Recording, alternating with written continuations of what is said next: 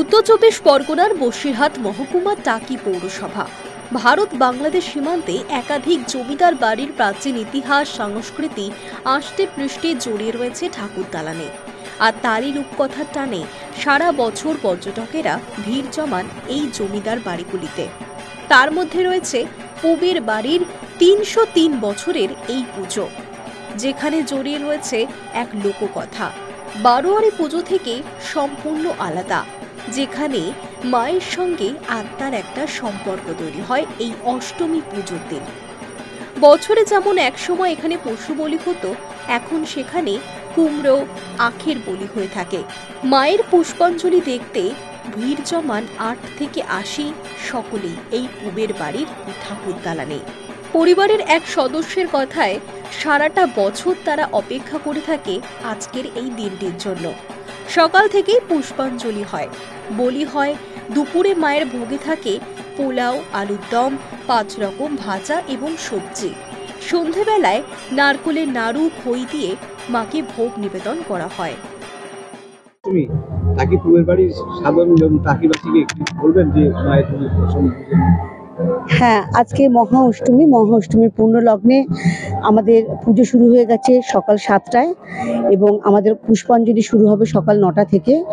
বহু মানুষ এসেছেন এখানে পুষ্পাঞ্জলি দিতে, এলাকার মানুষ এবং এলাকার বাইরে থেকেও প্রচুর মানুষ, বসিরহাট, হাসনাবাদ থেকেও মানুষ আসেন এখানে। কারণ যেহেতু এটা বাড়ির পুজো এবং বাড়ির পুজো বলে শুধু নয়, এটা যেহেতু আমাদের একটা অতি প্রাচীন পুজো এবং এর একটা আলাদা মাহাত্ম্য রয়েছে, সেই জন্য সবাই এসেছে এখানে। আর কলকাতা থেকেও বহু মানুষ এসছেন ট্যুরিস্ট, যারা এই পুজোটা দেখে তাদের মনে হয়েছে যে এখানে অঞ্জলিটি দেওয়াটাই তাদের কাছে বেশি ভালো হবে। তো সেই জন্য তারা সবাই এখানে এসছে অঞ্জলি দিতে। এবং অঞ্জলির পরে আমাদের প্রসাদের একটা ব্যবস্থা রয়েছে। আমাদের আজকে দর্শনার্থীদের জন্য সারাদিন ভোগের ব্যবস্থা রয়েছে, পোলাও, আলুর দম এবং মিষ্টি। যত দর্শনার্থী আসবে তারা প্রত্যেকে এই প্রসাদ পাবে।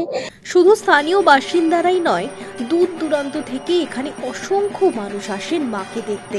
একদিকে যেমন মেলা বসে, অন্যদিকে বিভিন্ন বিনোদনমূলক সাংস্কৃতিক অনুষ্ঠানেও মেতে ওঠেন দর্শনার্থীরা।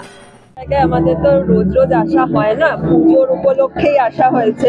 আমার বন্ধুই আমাকে নিয়ে এসছে, তো সেই কারণে আজকে এখানে মাকে অঞ্জলি দেওয়ার পর আশেপাশে আরো অনেক যে জমিদার বাড়ি বা রাজবাড়ি আছে, আমরা সেগুলো ঘুরে দেখবো।